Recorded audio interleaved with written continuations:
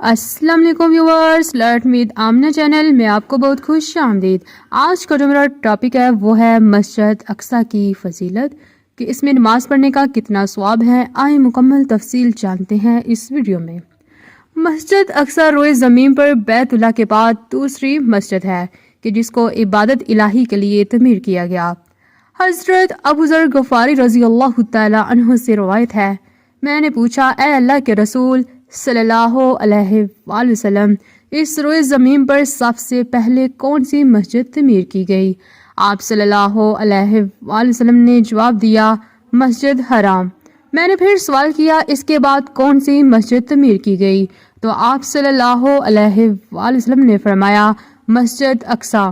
میں نے عرض کیا، ان دونوں کی تعمیر کے دوران کل کتنا وقفہ ہے؟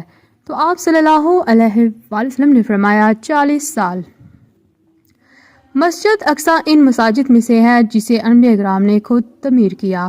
طبرانی کی ایک روایت میں ہے کہ حضرت داؤد علیہ السلام نے بیت المقدس کی تعمیر کے لیے بنیادیں رکھیں، پھر اللہ تعالیٰ نے ان کی طرف وحی کی کہ میں مسجد اقصیٰ کی تعمیر حضرت سلیمان علیہ السلام کے ہاتھوں مکمل کرواؤں گا۔ صحیح حدیث میں مسجد اقصیٰ میں نماز پڑھنے کی بہت زیادہ فضیلت بیان ہوئی ہے۔ حضرت عبداللہ بن عمر رضی اللہ تعالی عنہ رسول اللہ صلی اللہ علیہ وآلہ وسلم سے روایت کرتے ہیں، حضرت سلیمان علیہ السلام نے جب بیت المقدس کی تعمیر فرمائی تو اللہ تعالیٰ سے انہوں نے 3 چیزیں مانگی۔ وہ لوگوں کے مقدمات کے ایسے فیصلے کرے جو اس کے فیصلے کے موافق ہوں، تو انہیں یہ چیزیں دے دی گئیں۔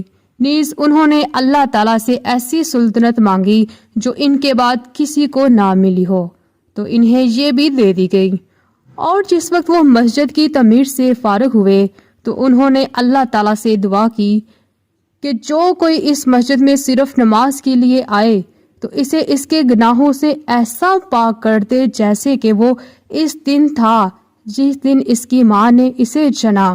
تو یہ تھی مسجد اقصیٰ میں نماز پڑھنے کی فضیلت کہ انسان کے گناہ معاف ہو جاتے ہیں۔ اسی طرح مزید اسلامی معلومات کے لیے لرن ود آمنہ چینل کو سبسکرائب کیجیے اور ویڈیو کو لائک کیجیے تاکہ آپ تک ہماری ویڈیو آسانی سے پہنچ سکے۔ شکریہ۔